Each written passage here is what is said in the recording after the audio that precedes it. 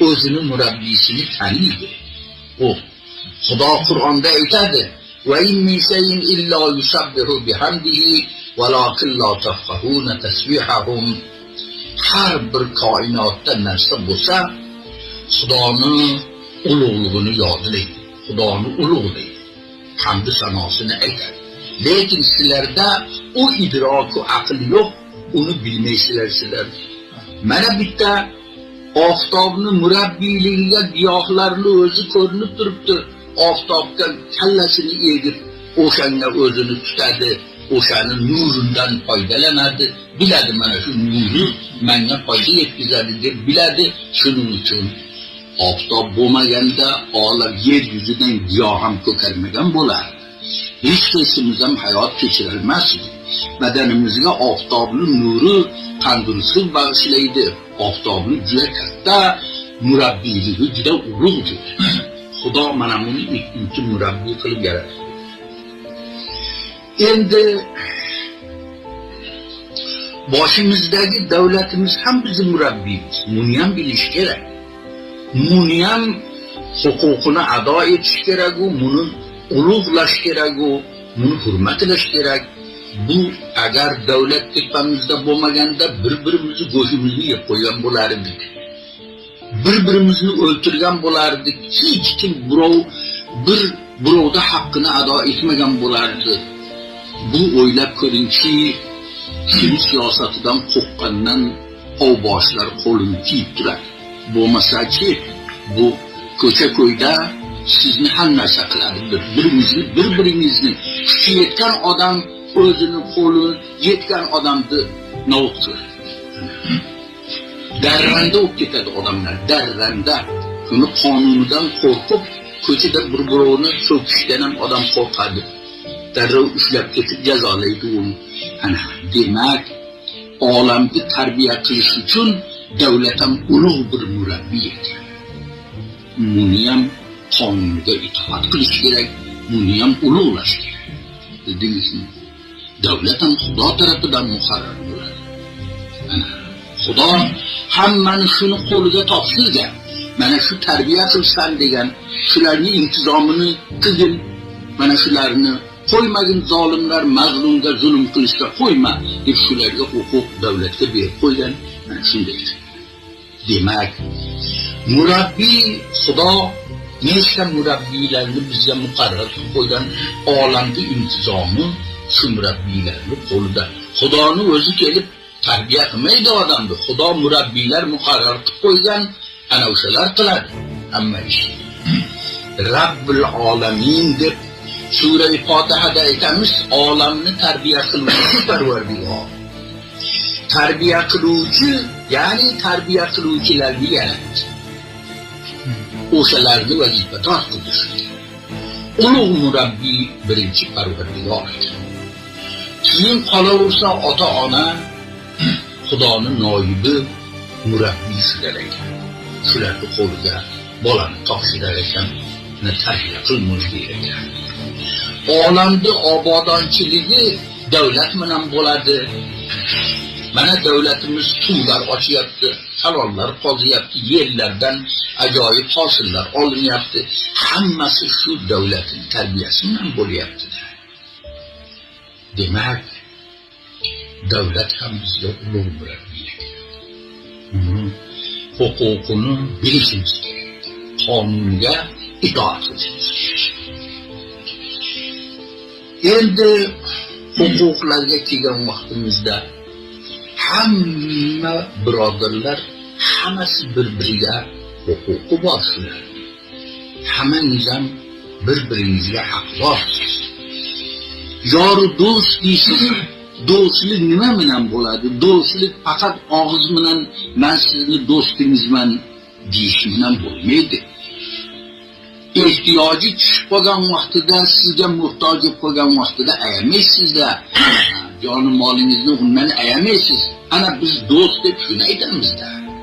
Ana og'zi bilan men sizga oshnaman, do'stman deb qo'ysa, uni hech nimaga yaramaydi u do'stlik, bildingizmi? Do'st deb shuni aytadiki, sizni andak ko'chada yurishga bejo oyog'ingizni qo'yib qo'ysangiz, do'stingiz kelib, "Oy, do'stim, bu yurgan yo'ling noto'g'ri seni.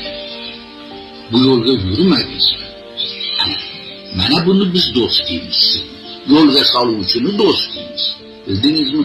Har taraflama sizni tarbiya qilib, har taraflama ehtiyojingizni chiqarib, siz adashib qolsangiz yo'lga solib, biz sizga nasihat qilib, mana bu g'oyibona, hozirona sizga xayrxoh bo'lishligini ana shuni biz do'st deb bilamiz. Rasululloh sallallohu alayhi vasallam aytgan ekanlar, ad-dinu an-nasiha. Din iborat xayrxohlikdan iborat. Ya'ni bir-biringizga xayrxoh bo'lishingiz kerak ekan. Oldida-yu orqada shu do'stimizga bir gard yo'q bo'lsa ekan, ana xayrxohlik. O'zingizga, nafsingizga tutgan, do'st tutgan narsangizni birodaringizga do'st tutsangiz, ana shuni biz, ana shu Rasululloh shuni aytyaptilar. Ad-dinu an-nasiha. Bir hadisda Rasululloh aytadilar, la yu'minu ahadukum hatta yuhibba li akhihi ma yuhibbu li nafsihi. İymoningiz komil bo'lmaydi sizni. Sizni mo'mini komil deb bo'lmaydi. Toinki o'zingizni nafsingizga do'st tutgan narsangizni birodaringizga do'st tutmasangiz. Ana shunda sizni o'zingizga nimani do'st tutsangiz, bitta do'stingizga ham shuni do'st tutsangiz, ravo ko'rsangiz, ana sizni haqiqiy do'st ekan deb bilsa bo'ladi. Bunday do'st topilsa, o'zingizni tug'ishgan birodarlaringizdan ortib turadi. Bu ortib turadi. Bunaqa do'st tilla bo'ladi, buni topish juda qiyin. Agar topsangiz, nihoyat darajada uni mahkam ushlaydi. Agar shu xilda do'stni toparsiz, u qiyomatda ham baqosh keladi do'stlar. Hali Qur'onda Xudoy taolo aytadi, do'stlar do'stlarni shafoat qiladi qiyomat kuni deydi. Qanaqa do'stlar shafoat qilar ekan desa, mana shu xilda do'stlar shafoat qiladi. Sizni adashgan yo'ldan to'g'ri yo'lga soladi, sizni nasihat qiladi, sizga Xudoni tanitadi, sizga axloq o'rgatadi, sizni u bejoy yurishga qo'ymaydi. Mana undaqa do'stlar o'sha qiyomatda ham shu do'stlikni qiladi. O'sha ham shafoat qiladi. Endi biz mana shu hozir men Rabbul Alaminni tepasida gapiryapman. Xudo Qur'onda o'zini Rabbul Alamin deb atadi. Rabb deb tarbiya qiluvchi degan so'z ekan. Jamiy olamni tarbiya qiluvchi Xudoning ishi bu. Jamiy olamni qurtu qumursqani hammasiga vaqtida rizq ro'zisini yaratib berib, o'shani tarbiya qilib Xudo bandalarning qo'lidan kelmaydigan ishni Xudoy taolo o'zi mutasaddi bo'lar ekan, o'zi tarbiya qilar. Qo'limizdan keladiganida o'shandan murabbiyga topshirib qo'yadi, san qil buni deydi. Mana masalan, dehqonlar yerlardan mehnat qilib yurib giyo ko'kartiradi, tuxum cho'chadi, qo'lidan keladi, shuni tarbiya qilishni yo'lini shularga topshirib qo'ygan shular. Endi dehqonlar qo'ldan kelgan mehnatini qiladi, yerni tayyorlaydi, tuxumni cho'chadi-yu, Xudoga tavakkul qilib bag'iga turadi. Bag'ini qo'lidan kelmaydi, uni o'stirish, uni bitta tuxumdan ko'kartirib chiqartirish, u Xudoning ishi. Yomg'ir yog'diradi tepasiga, nam keltiradi, ana oftob qizitib beradi. Mana shunday qilib hamma narsa Shayx Sa'di xo'p aytgan ekanlar, abrubodu mahu xurshidu falak dar shoram totunoni bakaforiyu bag'aflat nahuri. Hamma az bahri tu sargashta u farmonbardor, sharti insof naboshat ki tu farmon nabari. Aytadilarinki, abr, bulut, bod, shamol, oy, oftob, osmon, hammasi kerak. San to bitta nonni og'zingga solishing uchun bulbulda nonni, shularning hammasi kerak bo'ladi. Mana shular, masalan, bulut yog'diradi yerga, nam qiladi, yerdan ko'karadi, oftob pishirib beradi, ana shamol uni yelpib rangini xo'p nima qilib beradi. Mana shu hammasi shular bizga non tayyorlash uchun xizmatgor ekan. Mana bu non bilmaymiz qaysi cho'lda ko'kargan ekan, bu qanday bo'lib kimlarning qo'liga tushgan, kimlar o'rgan buni, qaysi tegirmonlarga borgan, oxir non bo'lib og'zimizga kelyapti shu. Shunga hamma narsa, koinot hammasi harakat qilgan, shuni tushunishdi. Hamma koinot xizmat qiladi inson uchun. Demak, hamma narsa inson uchun. Inson uchun. Yer ham inson uchun, osmon ham inson uchun, ana bulutlar ham inson uchun, shamol ham inson uchun, oftob ham inson uchun.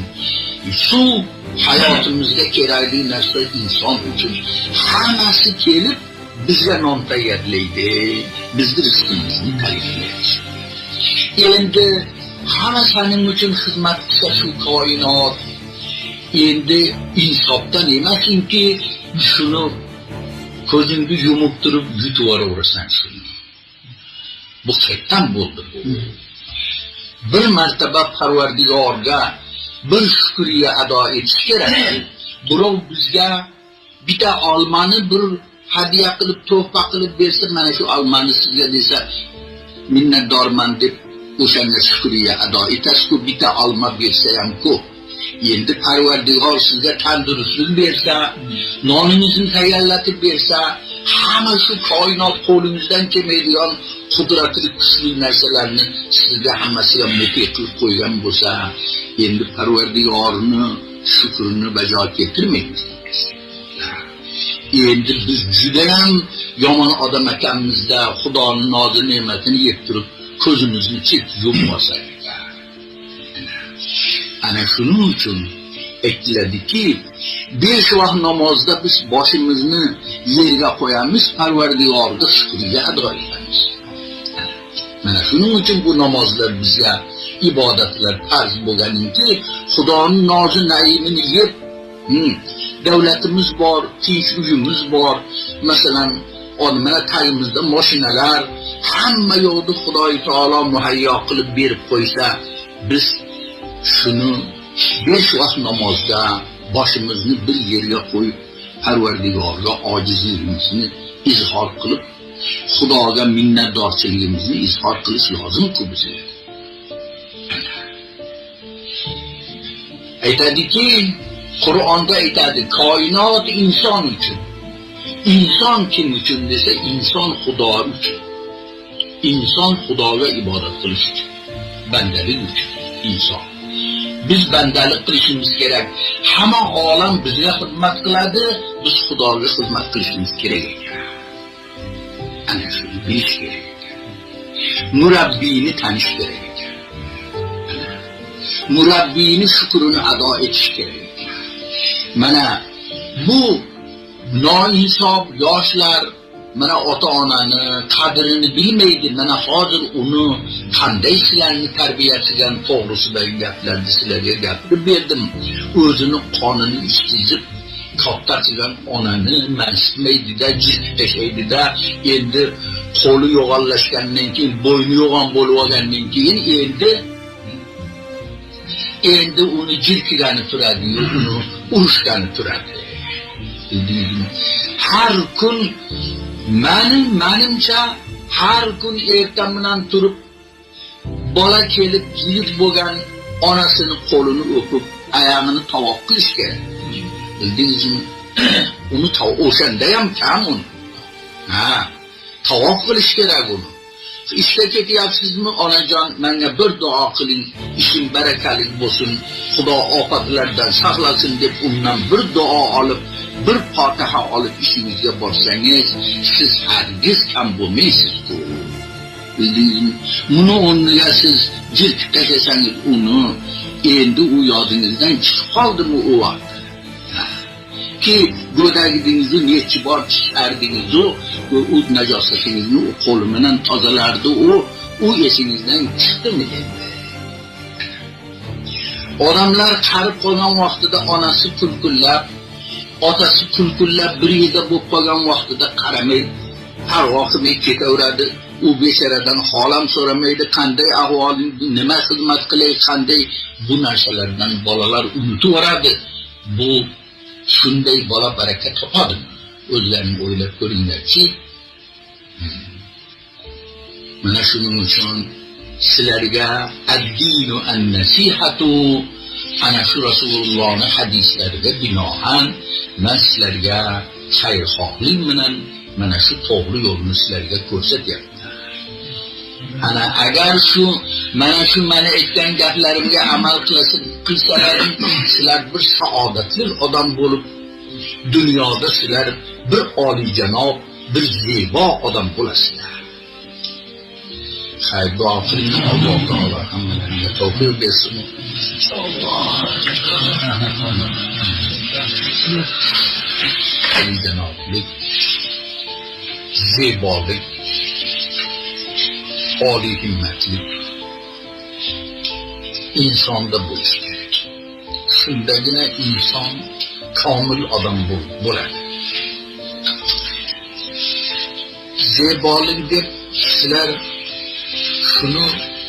shuni pamlamanglaringki, uni chiroyli, judayam qosh ko'zlari yaxshi, rang ro'yi juda kelishgan. Biz buni zebolik demaymiz. Zebolik ma'nida bo'lishi kerak. Axloqida zebolik bo'lishi kerak. Axloqlik xuddi o'zi xunugu yo'q. O'zi xunugu axloqi bor. Nimaga o'xshaydi desangiz, rayhonga o'xshaydi. Rayhonni guli yo'q. Rayhon bir o't, boshqa giyohlarga o'xshagan bir o't. Lekin uning da bir ma'naviy zeboligi bor. Odamlar qo'lidan qo'ymaydi uni istaydi. Boshqa o'tni olsa bo'lmaydi qo'liga. Yo'q, boshqa o'tni olib istamaydi. Ana shu xuddi mana shunga o'xshaydi. O'zi xunugu, nihoyatda axloqi chiroyli, boadab, xushmuomala, kulib turgan, chehrasi ochiq, hamma bilan aka-ukaday muomala qiladi. Mana u xulq har kimda bo'lsa, buda aytamiz haqiqiy inson mana shu. Haqiqiy komil odam mana shu. O'zi zohiri cho'tirmi, qorami, nima bo'lsa bo'lar. Bundan bir ish yo'q. Odamda ma'ni bo'lishi kerak. Siz bilan bir ozgina suhbat qilgan odam maftun bo'lsin. Bildingizmi? Odamni maftun qiladigan, o'zingizga shunday fidokor qiladigan sizda bir joziba shunday bo'lishi kerak, tortuv quvvat bo'lishi kerak. Ana shundagina siz haqiqiy inson desa bo'ladi. Bu xulqingiz Xudoga ham xush keladi, bandaga ham xush keladi, do'stlaringizga ham nihoyatda maqbul bo'lasiz. Ota-onangizga ham tavozuli bo'lsangiz, yaxshi so'z bo'lsangiz, uy ichingizda ayollaringizga, bolalaringizga yaxshi gap bo'lsa, yaxshi gapiradigan bo'lsangiz, o'shalar ham sizdan rozi bo'ladi. Hamishalikka sizga go'yo fidokor bo'ladi, xizmat qiladi. Yomon xulqli odamdan bolalari ham bezor bo'ladi. Yo'q, hali chiqib ketsa ekan eshitda deydi. Shuni qattiq so'zi ham biz jonimizga tegdi deydi-ku. Bildingizmi?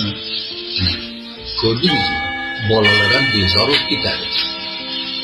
Endi demak, ayollarni, mushtipar ayollarni, uyingizdagi ayollaringizni huquqi o'shalarga katta huquqli, ular ham yaxshi gap gapiring, yaxshi muomalada bo'ling, o'shalarni xursand qiladigan bo'ling, og'irini yengil qiladigan bo'ling, yordamlashadigan bo'ling. Ana shundagina siz maqbul, haqiqiy bizni islom dini mana shunaqa ishlarga buyurgan. Kirganingizda uyga salom qilib kiring, uyingizga, bola chaqangizga. Shu shu odamlar g'o'dayib kirib olib, "Hoy, ana o'qimabsan, mana o'qimabsan" deb eshikdan kirgan zamonim to'psayu so'kkan unsin ag'da, munsin bag'da.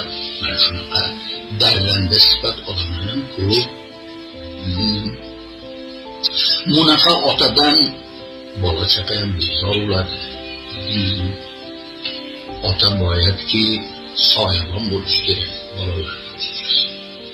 Soya qanday rohatlansa, misli daraxtning soyasida qanday odam rohatlansa, ota shunday bolalar uchun soyabon bo'lishi kerak. Shularga yaxshi odoblar o'rgatish kerak. Ko'cha-ko'yda yurish to'g'rilarini, har bir joyda kattalar bilan muomala qanday qiladi, mana shu narsalarni gap gapirish, hamma odob axloqni o'rgatish. Yaratganni tanitish kerak. Eng asosiy shoxasi. Demak, biz zebolik deb mana shunday xulqlarga ega bo'lgan kishining zebolik shunda bor. Bu oliyjanob odam deymiz. Mana shuni ko'p o'zlaringizga biz ta'ammul qilib o'ylab ko'ringchi, men qanday odamman? Uy ichida qanday muomala qilaman? Ota-onalarga qanaqa muomala qilaman deb o'zingizni bir tasavvur qilib ko'ring. O'zingizni nima ekanligingizni o'zingiz bilasiz. Bil. Mana shunday yaxshi odam bo'lib yashash kerak.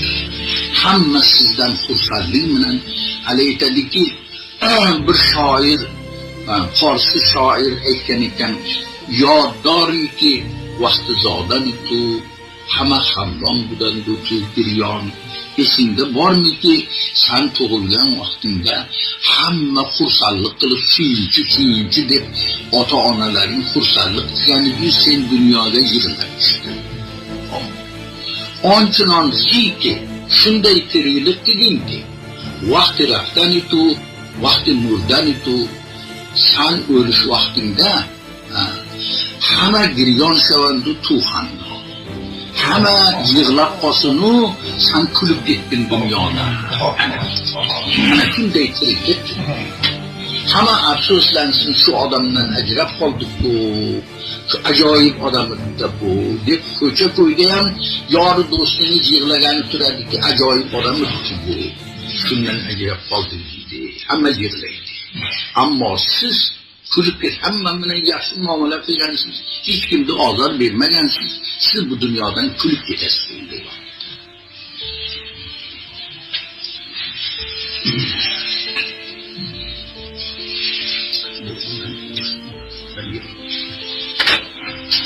Xudoning asar qildi mana.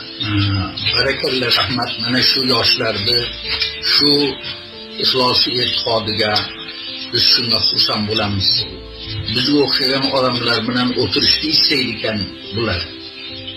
Bizning yigitlik davrimiz o'tib ketdi. Bular bilan amsol bo'lishlik vaqtimiz o'tdi.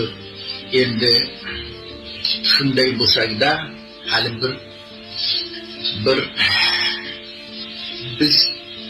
biz atir purushmiz. Atir purushni bilasizlarmi? Atir sotuvchi. Atir sotuvchi kishini do'koniga borsangiz, jinday atirdan olsangiz juda yaxshi. Atirdan olmaganingizda sizni o'sha do'konda o'tirishingizdan o'shani isi kelib qoladi. Isi kelib qoladi.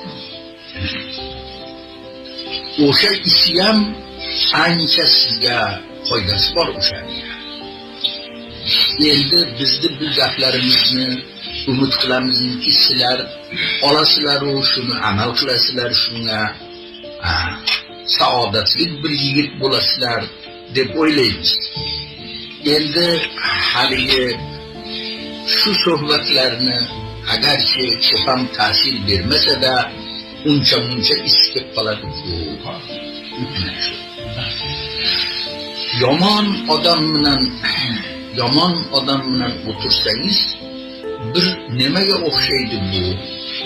Bu shunga o'xshaydiki, go'nggi ichida go'ng bilan ovora bo'lgan, mana shunaqa xalajon tozalaydigan odam o'sha choponlardan xalajoni iskib qoladi. u bilan birga o'tirsangiz sizdan ham uncha ish bo'ladi. O'sha bildingizmi? Yomon odamning ishi mana shunday bo'ladi. Uni xulqini siz uncha xulqi ta'sir berib, yomon odam bilan 3 kun yursangiz sizni ancha yo'ldan adashtirib, sizni yomon qilib qo'yadi. 3 kunda ta'sir beradi. Lekin yaxshilikning ta'siri juda qiyin bo'ladi. Yillar yaxshi odamlar bilan yurasiz, keyin odam bo'lasiz. Yomon bo'lish juda oson. Yaxshi bo'lish. Mana o'ylab ko'ringchi, bitta narsani bir zebo yarataman desangiz, bir uyni zebo qilaman desangiz, chiroyli qilaman desangiz, buni 1 yil 2 yil harakat qilib turib, keyin uni zebo qilasiz. Buni buzaman desangiz 1 soatda darrov buzasiz. Buzish juda oson. Ana yomon bo'lish mana shunaqa oson.